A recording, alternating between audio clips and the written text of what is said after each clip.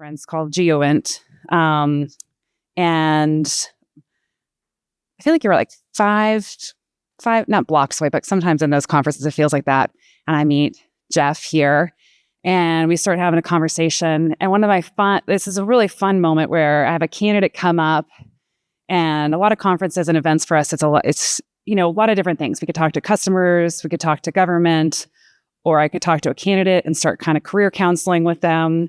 And then Jeff comes along and stands next to me. He's like, "Oh, what are you looking for?" And just engages with that candidate right there. It was like it took the online world that we do at ClearanceJobs and was like real time right there in the moment. So it was just really fun and hearing some of his processes. And then he brought along Raquel, so I got to meet her. So I'm just let them introduce themselves real quick, and then we'll jump into the session here. So.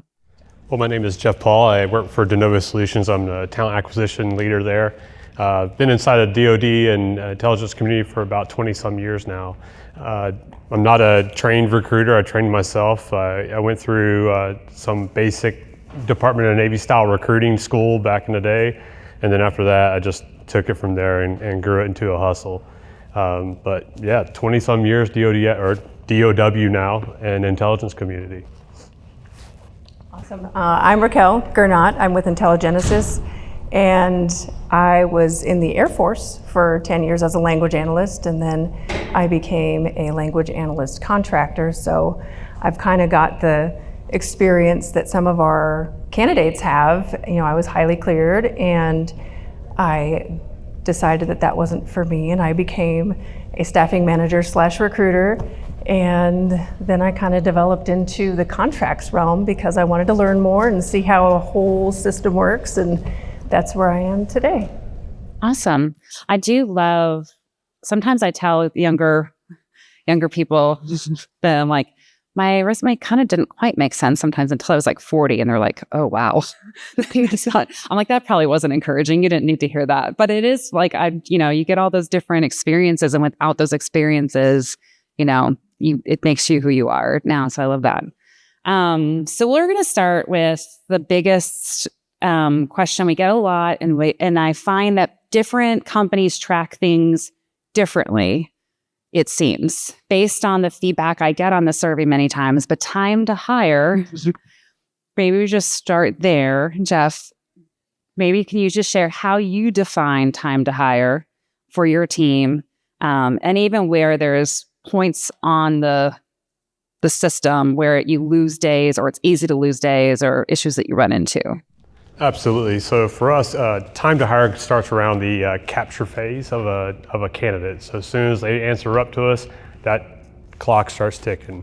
And then the end state of it is when they start their new position, right? The issues that we run across inside that is often outside of our control. We're a smaller defense firm, so we end up in a sub format most of the time. We're submitting either to a prime, or straight into them. And so we can move as fast as possible with, complete certainty and get someone all the way up into a submission process in like 2 or 3 days, and then they just sit and wait at the prime. So our time to hire is really dictated on that format. Are we in a prime format, sub format, capture to hire? Gotcha. So are there things that you do within that process to, like, let's say it sits for days and it's out of your control? Are there things that you've implemented in that doesn't get you to the end and the candidate's gone? So what we do is really build relationships inside of the actual primes, or anyone, even inside the customer, right? If we're having a roadblock, or we identify an issue, we attack it. We go hard at it. I know our last person that was on stage talking about slowing down. We hit them with urgency, because time kills all deals. We have huge issues with the more your candidate stays in open and is not signed to an offer letter and not going into getting their clearance, validated and they're starting on a program, you're competing against 3,600 other companies trying to find that same person in the same market and get them where they're going. So we try to find that issue that's stopping them and then fix it immediately. And I charge my team to do that. Oftentimes in the prime format, or in the sub format going to a prime, we develop such a good relationship with those PMs that, when they see a candidate come from Jeff Paul at DeNOVO Solutions or one of my recruiters, that we're able to go, okay, this is high quality, this person I like them, let's move forward and get it fast. Are there things that you've done just to implement things in the team to move faster? Like things that you've kind of looking at, like, that's a roadblock there, and you just kind of move that out? Or is it like, just as you have to change, because it's about the team you put around you, and you're only as good as the whole team is performing. So for me, a decentralized leadership, not more than about an hour ago, my chief operating officer has asked me about status of a candidate, had no clue the candidate's name, right? So that's my recruiter's job, right? They have that. When they call into me and ask for assistance, it is all about like, what do you need? Where's the blocker at? Let me take it down. And getting them moving as fast as possible, right? That's a very important thing, I think, is decentralize that decision out and putting the subject matter expert in charge of it. So you'd say you wouldn't ask them, like, basically until they're reaching out to you for a problem, or the numbers are so long, you're like, there's a problem. That's right. And we do a daily stand-up, right? Every day we talk about our candidates. We look through them through ATS. I can go in there and micromanage if I wanted to, but really, I'm waiting on my recruiter to contact me. And it's obvious, right? Everyone in this room is, affiliated with recruiting of some sort. It's obvious when they're not doing their job, right? You see that and you know it. You have a gut of like, hey, something's missing. I'm not hearing anything. And then you know to look. And Raquel, you can always I know you've got the recruiting stuff, so you can weigh in. Well, I'm just over there. If I'm coming to more contract questions, don't worry, but you can weigh in whenever. It's all good. And also, if you have questions as well, just feel free to stop us and just throw your hand out there. I'll try to remember. It's been a long day, but I will try to remember to stop and ask for questions as we go along, just because sometimes as you're going through something, you might think of it right then and there. But I think one of the things here, we talked about this, if anybody's in the leading through chaos session, candidates understanding customer approval process, or prime contractor approval. But I think from your end, what are some things that you do to try to push through to the customer to get the approval that you need and have them understand the urgency, or to keep things moving? Is there something you could do somewhere else to keep things moving forward? So you're talking about like some of the tips and tricks I do to make sure that Prime is being very responsive? Yeah. We developed almost a personal relationship with the Prime PMs. I think that's very, very important. When that email comes across with a good, nice, a solid submission, they want to go, oh, that's Jeff Paul, he's from North Carolina, he's submitting this person. I want to take a look at that really quick because he's going to call me and hold me on the phone and talk me through this. It doesn't work for, all the time, like especially with East Coast contracts dealing with Maryland customers, some personalities up there, they're just cutthroat, transactional, right? But even in those moments in transactional, you know how to operate with those guys. So it's very important to build and leverage those relationships. Okay, that's great. All right, so Raquel, I don't want to ignore you here. I'd say like almost general, like you could stop me on any of these because we can get into nitty gritty, like labor categories or things like that you run into that might be helpful or whatnot to track. But are there things that come to mind that maybe you wish recruiters knew, or things that you realize now in contracts that impact how contracting, you realize now from like your recruiting days, you're like, oh, that needs to be there, or things like that it just kind of has a big impact on things? Sure. So I think looking at it from the contracts perspective, you get to look at and read all of the documents. You're looking at the actual subcontract. You know those little details that the recruiters oftentimes don't know because it was never relayed to them. They don't have access to those documents. Like, for example, a teaming agreement, or not teaming agreement, a workshare. Is there an actual workshare? Because if there is, you're going to have better opportunity to place people on these contracts. If there isn't, you might encounter those fights that that Jeff was talking about, where, hey, I don't know if I'm actually going to be able to get my candidate onto this program because I've got them to this point, they've signed their offer, I've submitted them to the Prime, and now I'm at a stop. So if there is a work share, you can always use that as leverage, like, hey guys, I see we're only at this percent and we have this percent. What are we going to do to help us out here? But then I also think that enough isn't relayed to you guys, to us, when I was a recruiter, as far as the actual statement of work. Give us that information, because we need to read that. We need to know what's actually expected of our candidates so we can explain it better. Yeah, and to pick up on that, I mean, all the recruiters on my team, I make them read the statement of work, and that was a technique you taught me when we were doing at another company, or recruiting at another company. It's very important for them to know all those details, right? And it also gives them a point to what type of work they're actually doing. A software engineer that's doing insider threat may be completely different than a software engineer that's working legacy software, right? It's a different driving factor, it's a different thing, and it allows the recruiter to tell a story, and stories sell, not recs, stories. I love that. As a content person, telling a story is a good theme. It is that's where like the data is like, what is the data? What's the story it's telling? So this is a learning moment on the stage for me, and just that. So workshare, so I started out in the defense industry as a contractor, and my first one, I believe, if I'm understanding the term workshare, I operated under that, where I worked on about 2 to 3 different projects at a time. Is that what that is? Like, you can be on different contracts, or?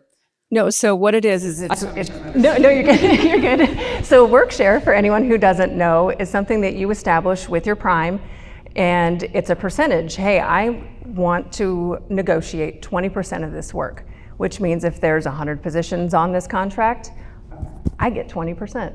I get 20 of them. That makes a lot more sense. Okay, that makes more sense. So it's like in the contracts and things like that. I just didn't know the hours and whatnot.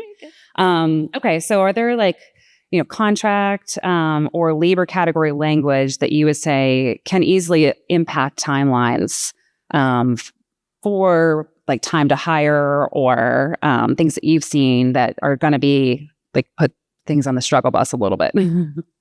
Quite a few.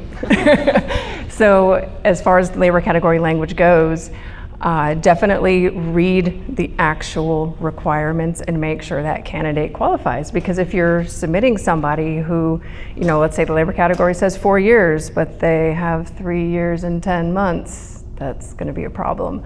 Unless there's an equivalency. If there's an equivalency written into it, which can be established sometimes, then you can actually see how you can work towards that equivalency and get that approval. Those are not as common, but they do exist. But then there's also obviously the clearance. That clearance is such a hurdle, and it's taking so long to get through. If you only have that CI and your program accepts CCAs, you got to pay attention to that timeline and make sure that you're, being transparent with your candidates and telling them how long it's actually going to possibly take. So my approach to these really ridiculous LCATs that we see out there that are so big is I pretty much toss them to the side, honestly. I get rid of them, I take all the information out of them and kick them to the side. Because, what they're doing there is they're selling to the government when they write those, right? They're like, I'm gonna put a software engineer with all this technology on it. It's not really what they need. So what I do is I take that LCAT information, kick it out. I take the qualifications part of it, keep it, because that's what the government's looking for when they do a final submission into the government from a prime or sub format. And then I call that PM up if it's in a sub format and say, hey, what do you really need? And 9 times out of 10, they're gonna say, talk to my tech guy. And then you'll find out, oh, they need Kubernetes. Kubernetes never mentioned an LCAT, right? Or some other technology, right? So that's the first thing I do with those LCATs. That's the difference between engineering recruiting and IC recruiting. Is there anything, Raquel, you'd say could be flexed with what that you've seen is like easy to flex on, or that doesn't have to have a contract mod? And also, are companies usually willing to go through a contract mod? In my world, I would think that would take a lot of time. So if you're looking at timelines, right? But I don't want to assume, because So flexing it's a slippery slope. A lot of things like your internal processes, those obviously can be flexed. Sometimes their schedules can be flexed, but if it's anything like, hey, I need a different labor category, or I need a different, I need to add somebody, or I need a higher salary, or, if it's gonna require that contract mod, it's it's going to take time. The flexibility, exists often if you ask the right way, ask the right question, ask the right person. But it's really a slippery slope. Like I said, it's more internal processes that I think you can flex with, and anything like pre-hire, the schedules, hey, what day are they going to work, that kind of stuff. Do you ever do like a meeting with your recruiters to kind of give a down low on everything that's happening, or you just kind of passes off to them, or like are there best practices with that? I wish I could. No, I encourage so we have our hiring managers internally, and we always make sure that we give them what they need, and then we do encourage them to deliver that to the recruiting team because you need it. That's good. Okay, so one of the things I definitely wanted to make sure we had time to touch on was compensation, competing offers, your acceptance rates. We ask all these different questions in the cleared recruiting survey every year. But I also run the compensation survey that's currently out right now, which if you have a clearance, you can answer that one as well. Always pushing the surveys. But we get a lot of information from candidates, like obviously one of the top reasons why they turn down the job, a lot of times it comes out as money, or why they say they leave is money. We get that from the candidate side, and then we also get it from the recruiter side, where they're saying, yes, that is true. That's what we're feeling. So I feel like it's really, they say top reasons for turning down an offer. They add another offer. Another one is compensation is 30%, say that. One thing that's going to be interesting to watch this year is that candidates turning down because remote or flexible situations was not available. And it's kind of like, it might not even be a conversation after this year. So I'm kind of curious to see both from the candidate side right now and recruiting side, how that turns out. But so, when you start talking compensation, start dates, things like that, what's some of your pre-close checklists that can kind of keep this part, because I'm sure that could drag out with candidates back and forth and whatnot. I know competing offers is a big thing, that kind of stuff. Yeah, so we always close, right? Every time you talk to your candidate, you close. Every email you close. You work through a closure every time you're communicating with someone. Building that relationship is with a candidate. It's being very transparent, and it helps you identify red flags or cause the negotiation to fail in the end, right? And so we close constantly. My recruiters will sit there and just say, hey, I just want to re-verify. Nothing's changed about your LCAT label, but anything changed on your end. That's very, very key. On the rate side of a house, rates are locked. Sometimes you can have a company that'll help you out and maybe give you a little bump. Other times you just have to be really good negotiators. And then you're going to take losses. And when you take those losses, you just have to make sure your pipeline's full of someone else and have them backed up. Anything that's moved your acceptance rate, the sign-on, speed, or manager access, it's just made that rate faster for you. And you track acceptance rate? Oh, yeah. Because that's the other thing sometimes that's shocking to me, is that so many respond that they don't track certain things like that, like acceptance rate or time to hire, or things like that. It's a lower thing that they track. Yeah, we definitely track acceptance rate. We really focus on, seeing which recruiter may have some negotiation issues or whatnot. We like to look at that. That's a key thing. But for the acceptance rate, we really focus hard on that, just so we can predict into those positions. Do you do trainings for the recruiters to improve? It's kind of like a sales thing, like where you got to close the deal each time. So you have different trainings. Is it like an ongoing training? Sorry, my brain just thinks of different things as we're going along. So like an ongoing one, or like set times? So my trick around that is every Friday, I bring the team together for about an hour-long meeting, and everyone just cringed inside, right? But inside that hour-long meeting, we literally sit back in a safe place and talk about lessons learned. And a lot of times negotiations come up. And then we retro into what were the red flags? If that negotiation failed, what happened? What did you see start to happen? What now makes sense why they didn't accept it? And you'll hear things like, well, he had to talk to his wife, but then he was also doing another interview. So that wife delay was probably waiting to see what the other offer was, right? And so now my team's learning, when you start to hear these key, indicators, let's put a little bit more love on them, let's go ahead and ramp up another pipeline, those type of things. I want to say something on that too, is something that we noticed when I was recruiting was the speed at which you can deliver that offer, because you guys are all giving the same candidate offers when I'm giving the person an offer, and if I can get it to them first, I'm probably going to have a better opportunity at hiring that person because I've been quick and I've respected their time with it. So getting that offer out fast is key. Oh, that's very key. I mean, my team, all of my recruiters, they have the authorization to issue an offer letter, right? They have rate limitations where they can offer up to a certain point, and they're able to take it from essentially passive work all the way into a full capture if they need to. I do some oversight inside to make sure that that calculation is correct, so we don't pay someone $1 million instead of $100,000. But other than that, they're free to go, Yeah, no, it was one thing I was noticing recently too, just kind of like to put, we talk about the mission, and that's really it's really great in recruiting in this space, but especially in this year, you have the ability to change somebody's life for the better or their day to be so much better. In fact, right before Katie Helbling went out on maternity leave, I sent her, because this posts are like, that somebody called, they got the job offer, and they were just like, you just changed my life. I've been out of work. I did not expect this year to be this way. So it's another, that's that human factor of what you guys do. It really has a big impact on us. There's the number side of the house that we're looking at, because that's the business side you have to have. But there's that human side where you're really changing somebody's day, especially if you did $1 million offer. Oh yeah, for sure. Well, also on the human factor too is, I think they were talking about earlier about, the actual time when you have to tell them they're not qualified, right? Mm-hmm. A good trick we use is to actually help them get the next job, right? I might say to my candidate I've built a relationship with over the last month of processing, hey, I don't have anything left in my portfolio, but I got a whole connection of recruiters. Do you care if I share your resume out? They're going to say yes every time. Yes, please help me out. And I'll go make those intros, especially if I've exhausted every position in my portfolio, because we triple submit. So.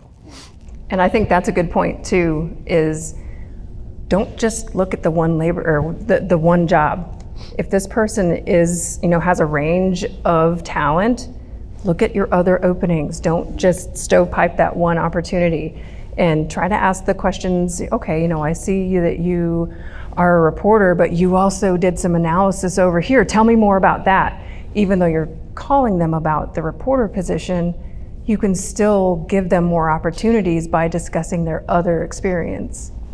Yeah, we'll have people in our pipeline where we got triple submissions going on one person, right? 3 programs, and we've got them all submitted across all of them, and we're just waiting for whoever gets first. And we're open about that to our primes. We're like, hey, bite fast, you get the software engineer, right? If they don't, they lose it, and we're open with it. Yeah. Now, I think the online connectedness I've seen just in watching people, different recruiters in this space. I mean, yes, it is. You want to get your offer out first, because at the end of the day, you want to, if that's the right candidate for you, you want to have them onboarded and to move on to the next. But I just see a lot of collaboration lately, especially in the last few years. And I think that's really encouraging to see, because it is a small space. And honestly, if the period of performance ends, they might come back to you for a different job with more experience that you actually need. So it's good to play nice. But okay, last thing a couple of things on acceptance. But is there anything you stopped doing because it was hurting your acceptance rate? Not necessarily hurting the acceptance rate, but I stopped doing the pre-award staffing. We just cut it out. Unless it's key personnel and you needed really to have a data scientist on, make sure they're there. We got rid of any of that pre-award staffing. We got tired of tarnishing our brand with saying, hey, we're guaranteed to get this award. We got good connections. And then all of a sudden we don't get the award. And now we got a whole stack full of people we got to call. So we just move more towards a just-in-time, a JIT type staffing.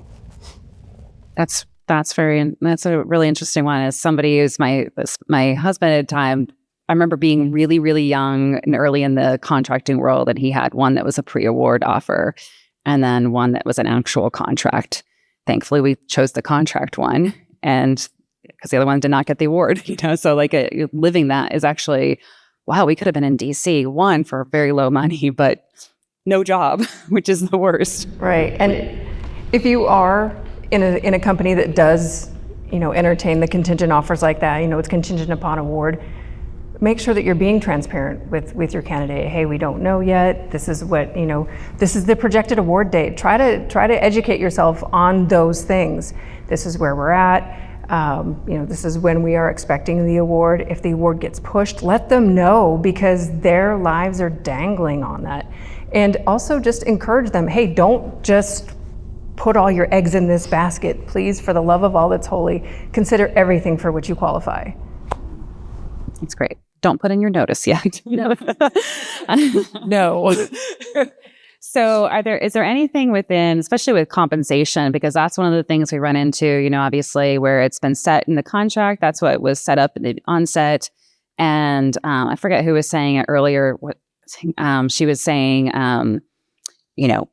out there in the world, like this type of tech role, they're making $325,000 a year, but you've written $125,000 for that's what's in max in the contract. So is there any flex contractually you can do, different levers you can pull, sign-on bonuses that work differently? Anything that either one of you have done that you can work the system.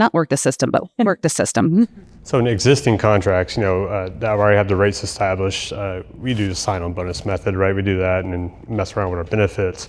But what I can encourage you guys to do is as recruiters, stand up for the market that you're representing and get to know your pricers in your company and become an asset to them. Who knows better about what is acceptable rates than a recruiter? We know what it takes to staff into those, because a lot of these pricers will look at a pay scale or go look at some type of other tool that may or may not have been vetted correctly and come up with a rate. And then they start pricing it to be competitive in the government. And then you end up with trying to hire a 20-year software engineer for $150,000 that has 10 years of AI experience, right? And so that's a problem. Lean, with a full scope, lean heavy into the pricers as a recruiter and tell them, look, I know what I'm talking about. Here's the data. I've hired all these people at this time. Here's how they signed. And then hold them accountable on that. And that's also usable. And to follow that up, when I got into the contracting side of things, they were like, hey, Raquel, what can you tell us about this? Because we're trying to do this pricing and we're not quite sure how to do this. And I was able to go in and I was like, okay, first of all, no. And I actually redid all of it, and I was mentoring them through the whole process because they had no idea. And so for us to share that information with them and to help them actually formulate a good pricing strategy, that's priceless. Are there approvals that you need or you can get to go above band or add a bonus? Obviously, bonus would be internal, but anything contractually that different things people can do? That's very difficult because if the rate's already there, it's already there. You would have to wait for an opportunity. At least in my experience, we had to wait until the government said, "Hey, I'm adding 20 more positions." We're like, "Cool, we'd like to renegotiate," and we did successfully. Another thing that has worked for companies that I've been with has been the 20% clause. Don't ask for a waiver because you're not going to get it. But you can ask to have it removed from your contract. So, little tidbit there. All right, before I move to, I was going to talk the recruiting funnel, a couple other things. Anybody have any questions just on anything from metrics or data or just anything for these two before I move on? I got one over there. It's great. What type of ATS do you use, and do you feel like it meets all of your data metrics, reporting, analysis needs? I'm trying to look for that ATS guy that was out here. I don't want to get shot if I say a different name. So we use Paycor Recruiting. It's a solid platform. I love it. You can modify the top part of your process to match individual contracts, right? It looks like a Kanban board. You can do queries and analytics. You can see everything on the what your recruiters are doing. It makes a report. You see it all.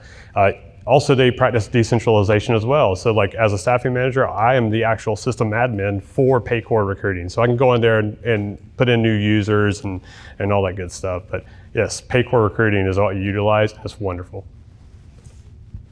Any other questions? Oh, got one right here.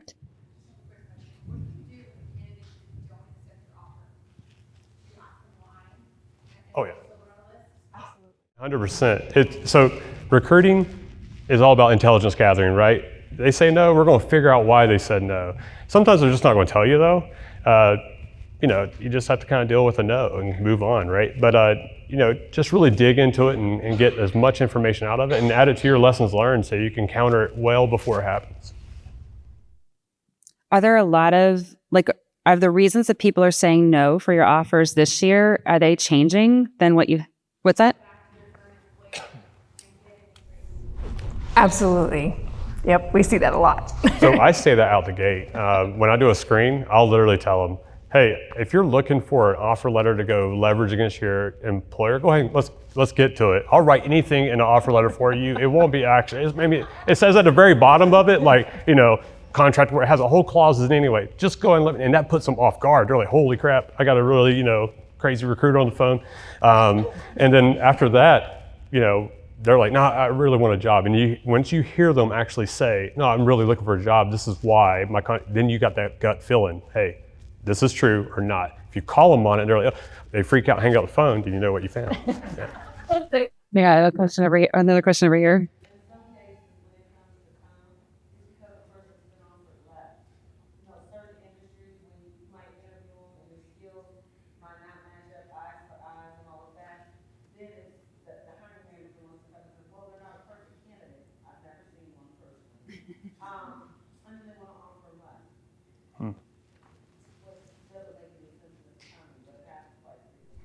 Are your recruiters able to put their own offers on people based off of the decision of the technical interview? I wish we could. They got to handcuff me. There you go.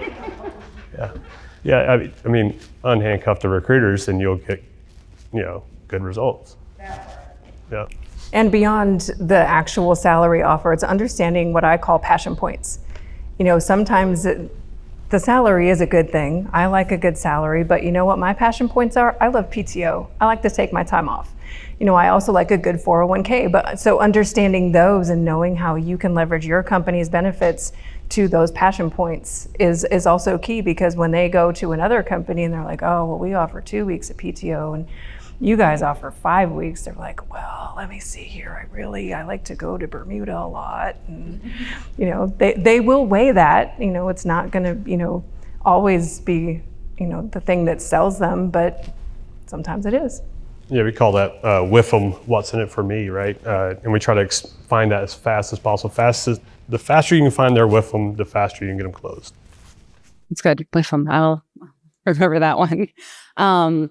Are you finding, because it's like they go back to their current employer, and so maybe it is that they just wanted the offer letter to get a raise, but is anybody finding this year with some of the job instability that, bird in the hand is worth more, that kind of mentality with when you're interviewing candidates, are they just staying with their employer because they're like, I'm too scared to jump ship? Has anybody faced that more this year? Okay. Just curious. Again, on the moment, curious. All right. So any other questions before I jump into a little bit to recruiting funnel? Okay. So what would you say, because obviously in national security, there is a different ballgame too, in that, you deal with a lot of things along steps in the process for that whole time to hire. So what does that look like for a healthy funnel look like for you, for somebody who's for a TSSCI role at your place? So for a full scope poly, for the fort up here, we're going to have 4 or 5 candidates, if we can find them, in a pipeline moving towards submission at any given time. That's our bare minimum is have those 5 are submission worthy, right?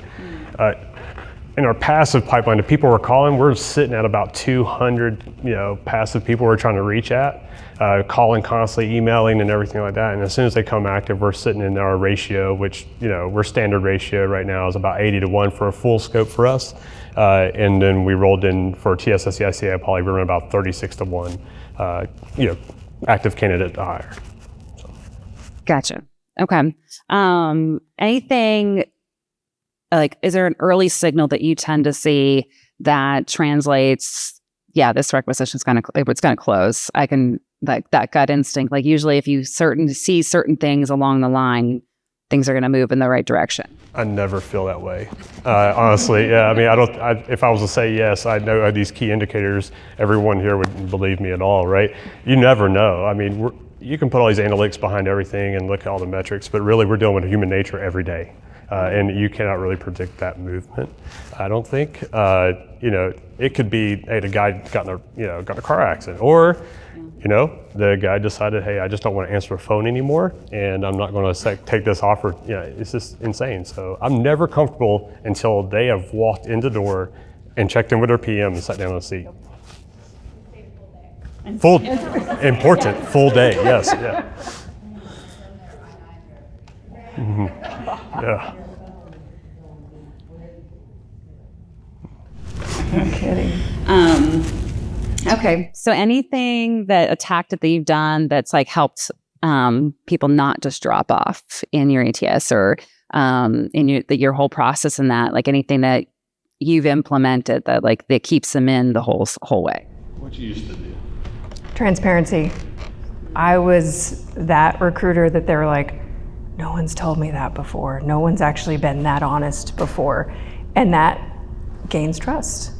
And there are too many out there who will be, oh, I can get you in, no problem. This job is yours. And, you'll start on June 10th.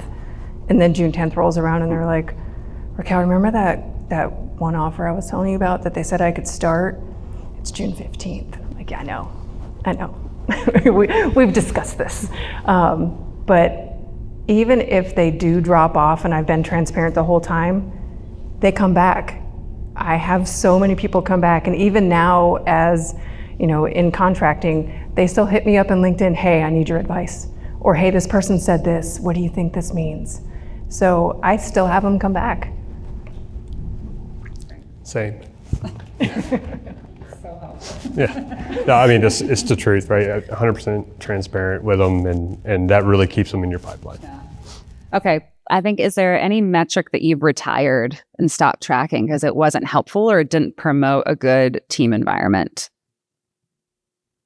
Ooh, I'll go. Yeah. When I was at a larger company, it was how many can you throw at the wall and see what sticks?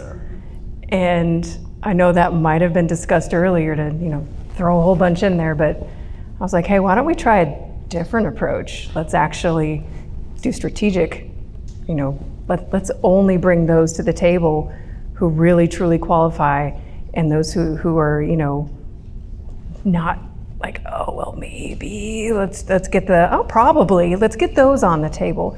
Because where I was, the volume was so darn high that burnout was real. It was, the anxiety was through the roof.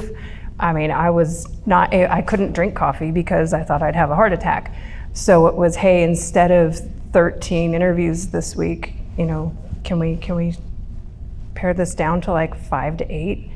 And they're like, okay, well, let's see how this works. And out of 5 to 8, we got 5 to 8 offers. Like, they were almost 100% on, and they passed their interviews. Whereas when we were going 13 or higher, it was still 5 to 8. So it's like, why don't we just stop that? Yeah, mine's very similar. I eliminated the volume-based recruiting pretty quick in my shop, just because I was getting really, really tired of just messy recruiting. I mean, it's nice if you do have a volume coming in and looking at that data and saying, hey, look, we got 100-some people applying, let's get them all 100 submitting. It's not feasible. You're going to submit junk, and then your brand's going to be tarnished to whoever you're submitting to. So really, it's being very precise inside your business rhythm. Anybody else here have something that they've stopped doing or stopped tracking because it was bad for the team or wasn't producing results? No. Sounds good. What's that? It's yeah.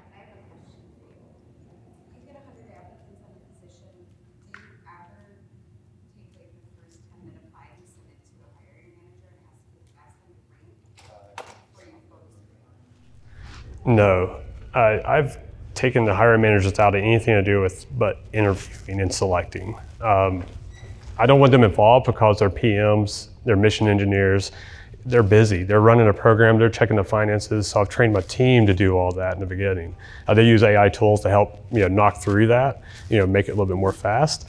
But really, I try to keep the hiring manager as away from me as possible and give them really good selections that we've already vetted. It's been technically screened and then on their plate to look at. Sometimes we have direct submission authority where we can submit without having to go through any type of technical interview on our side, just because we're so precise. And then on the prime side of the house, we build such a bond with our internal hiring managers that they may do a 30-minute, real quick, introductory interview and give me their gut cultural fit selection, and then after that, it's on. So really just removing them from being in it.